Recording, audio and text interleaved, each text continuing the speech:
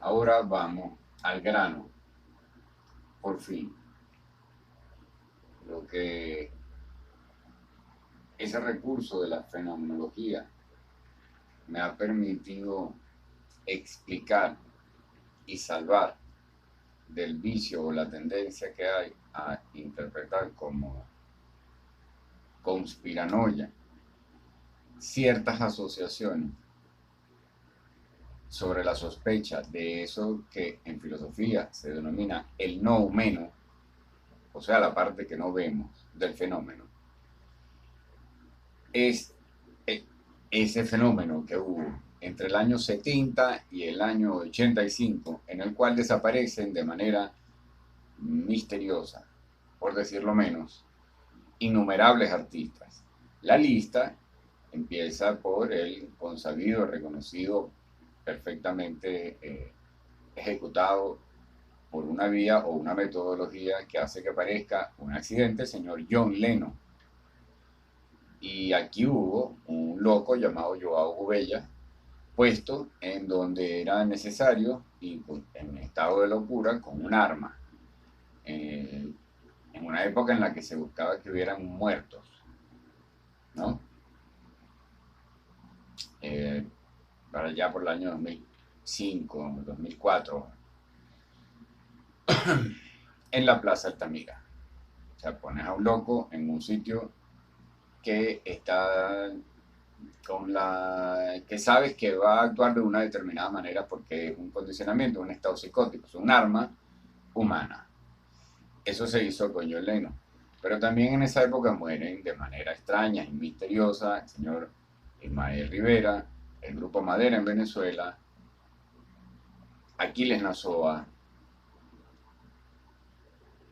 también, aunque todos con alguna explicación, entre las cuales muchas pueden ser ciertas, muere Bob Marley, muere aquí el llamado y conocido Renio Tolina, de manera muy declarada y evidente en la misma época y producto de más o menos las mismas políticas. En Chile muere Víctor Jara, ya sabemos cómo, eso sale en las noticias, lo mata, lo ordena su muerte, una política de Pinochet. ¿Quién es el primer practicante del neoliberalismo? ¿No? Ojo, en primer lugar, antes que nada, debo advertir que no estoy hablando como ningún pensador de izquierda para defender ningún precepto ni ninguna posición. Soy fenomenólogo, eso ya les debe quedar claro a muchos, ¿no? Y ahora, pues con este nuevo look, seguramente puedo parecer alguna especie de practicante mucho más serio, entregado a algo, decidido a asumir algo. Y ese algo, es decir, que durante ese periodo en el que mueren todos estos artistas, la lista puede aumentar mucho. Entre Estados Unidos y Venezuela es donde hay más, pero también los hay en México. También mueren, desaparecen o resultan inducidos a sus debilidades en muchos casos, artistas tendentes al alcohol o incluso caen en depre producto de lo que está pasando y se entregan al alcohol. Gente incluso como, bueno, no sé, Tintán pudiera ser, aunque él quizá ya venía depauperando. Pero la lista en ese periodo es sumamente larga. Y ese periodo coincide, por eso no es conspiranoia, no se trata de inducción, deducción, duda razonable y además motivación. Lo mismo que aplica de alguna manera Carlos Marx entre los elementos que tiene motivantes y ciertos y estimulantes que dentro de su obra que causan todo lo que causó, que fue el descubrir victimarios, víctima, motivación y entonces acusación. Hay una burguesía cuya metodología en esa época del liberalismo inglés está causando las muertes, aunque ellos no sean los que están yendo a matar a nadie. ¿No? Ya yo hice el paralelismo de cómo una persona muerta después de trabajar toda su vida y heredando deudas a sus hijos en un cuarto es algo similar a la persona asesinada que descubre Mr. Dupin, el personaje de Edgar Allan Poe, en un salón cerrado por dentro. Es decir, es un misterio también cómo puede morir alguien después de trabajar toda su vida de hambre, y eso estaba pasando. Por supuesto que Carlos Marx hace una asociación apresurada de alguna manera y va a pretender que el capitalismo es así, es una especie de diablo, una interpretación que en realidad es circunstancial y puntual. En algunos momentos él la lleva a una especie de leitmotiv producto de un imaginario sionista. Habíamos explicado eso ya respecto a la teoría, pero el hecho que él analiza es válido y tiene elementos técnicos científicos que luego la fenomenología va a asumir.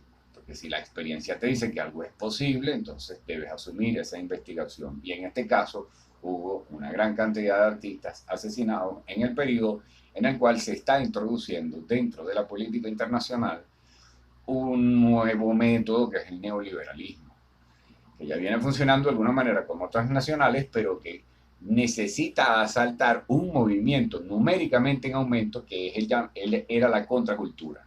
O sea, el movimiento contracultural compuesto de hippies, rockeros, feministas, negros, intelectuales, Alan Watts, la Escuela de Frankfurt, ¿verdad? Eric Fromm, Wilhelm Reich, toda esta gente, y los mismos estructuralistas también metidos ahí, Derrida, Baudrillard, Foucault, artistas, es decir, estábamos hablando de personas pensantes con medios de difusión. Eso había que detenerlo, puesto que estaba causando un aumento numérico que ellos lograron medir gracias a la música de tarima. Desde el Festival de Monterrey, con 30.000 personas, hasta el Festival de Gusto, con 700.000, el aumento es muy alto. Y evidentemente, esa difusión tenía una alta carga anti-ideológica, ni siquiera ideológica, propiamente dicho, ¿no? Era diversidad de gente, muchos de movilización marxista, otros no, seguramente muchos liberales, pero en general se promovía el no consumo de lo que la sociedad industrial te ofrece, y por lo tanto era un movimiento altamente peligroso. Entonces había que desmovilizarlos y entonces mueren todos los artistas que estuvieran teniendo poder de movilización de masas con un discurso. Y lo que se observa claramente como un impasse entre una generación y otra que no tiene relación causa-consecuencia es ese cambio que hay entre rock interesantísimo con Black Sabbath, los Beatles, aunque ya disueltos, pero igual con búsquedas cada uno, George Harrison, John Lennon y Paul McCartney. Paul McCartney, por supuesto, es el que luego se va a entregar por completo a las políticas de los 80. Robert Plant, todo eso en el rock, en la salsa, es decir, en todo lo que era esa capacidad de movilización de la música, la salsa va a dar un salto de lo que es eso de Henry Fiol, o sea, los contenidos de Henry Fiol, Rubén Blades, que termina cantando Buscando América en el año 86. Todo ese salto da salto a la salsa erótica, que son unos contenidos lineales, elementales, siempre iguales, sin variación. Con Eddie Santiago, el niño no sé qué, es decir, la lista empezó a multiplicarse de cantantes sin ninguna trascendencia que pasaban de moda y los olvidabas por completo a lo largo de los 80 y los 90, ¿no? Y ya a comienzo del 2000 empieza esta joda del reggaetón, todas son músicas evidentemente de laboratorio, diseñadas para ser consumibles, para que no tengan ninguna trascendencia como aquellas músicas que todavía se oyen. Y lo mismo pasa con el cine en Venezuela. Desaparece el nuevo cine venezolano con todas esas tendencias despotenciadas y contraculturales que estaban teniendo impacto de taquilla a pesar de ser hechas con muy poco dinero, muy pero muy poco dinero, ni siquiera bajo presupuesto, no, o sea, prácticamente nada más actores naturales, todos empezando con una cámara y se hace, soy un delincuente 2, el pez que fuma, bueno, etcétera, etcétera, etcétera. Y eso significaba un movimiento, no pequeñas particularidades interesantes como era el nuevo cine italiano, sino un movimiento a la par que allá estaba Sidney Lumet y toda una movilización. Sidney Lumet por decir uno, pero el mismo Scorsese, o sea, se estaban viendo cosas como pues, esa Taxi Driver, todas críticas profundas del sistema, pero no críticas tontas, no, revisionismo profundo del sistema. Entonces, esa política del año 70 al año 85, que deja a todos esos artistas muertos, por supuesto que va a determinar un cambio en el discurso público. Ese cambio en el discurso público es un gran vacío de discurso público político, diverso. Había sus tendencias derechosas, había su... Reni Tolina no era de izquierda. O sea, no estamos hablando... De hecho, Fidel Castro sobrevive sin ningún problema. Gabriel Puerta como... terminan los partidos. Aquí, Gabriel Puerta, Carlos Hermoso, Douglas Bravos, aquí dirigentes de los partidos, sobreviven, no hay problema, yo no había que matarlos, había que matar a los que tenían capacidad de convocatoria por un gran talento, y los mataron, todos de manera misteriosa. Aquí el Grupo Madera, todo el mundo da una explicación diciendo que sí, eso fue por eso, eso es mentira, todo el mundo da una explicación diferente. Hubo una programación y se sabe que la CIA hace esas cosas. ¿Y por qué se sabe? Porque uno lo puede leer en el imaginario de películas que van a acontecer entre el año 80 y el año 90. Estamos hablando de lectura del imaginario, lectura del discurso. Los guiones van a decir claramente, como el guión de El Novato, como el guión de una película llamada Bestseller, y el Novato con Peter Savage, y la película Bestseller con con James Wood, más o menos jovencito, y John Lightwood. No, John Denny High. Ajá, esas dos, y muchas otras lo van a decir, uno lo empieza a leer y uno se da cuenta de que claro que la CIA va a hacer eso, pues son políticas de control para mantener el poder propias de cualquier imperio, no es conspiranoia, es una cosa natural, no estoy hablando de Anunnakis, no estoy hablando de virus fabricados, no estoy hablando de MK Ultra, cosa que también puede suceder, que son políticas ya de los gerentes controlando al artista por diferentes formas y que se dan en las relaciones donde hay dinero de por medio, como evidentemente después matan a Michael Jackson ya en el 2000 y tantos porque iba a hacer una gira y eso significaba pérdidas económicas seguramente para mucha gente y no les interesa, para muchos otros artistas, para muchos otros empresarios de otros artistas y son cosas que pueden pasar. El mundo es peligroso, lo sabemos, pero en este caso mi análisis no es simplemente por el estímulo de la conspiranoia. Si somos conscientes de que esa ingeniería social fue transmitida para romper una contracultura que luego deja a la posmodernidad declarada en el año 93 por el señor Fukuyama como el fin de la historia, y a partir de lo cual entonces viene Chávez a representar una serie de cosas tan más por su actitud que por su discurso tan acostumbrado y tan tonto de llamarse de izquierda y de plegarse a Fidel Castro. Claro, tonto no era, creo que sabía que no tenía oportunidad si no se plegaba al muchachito Castro consentido del sionismo,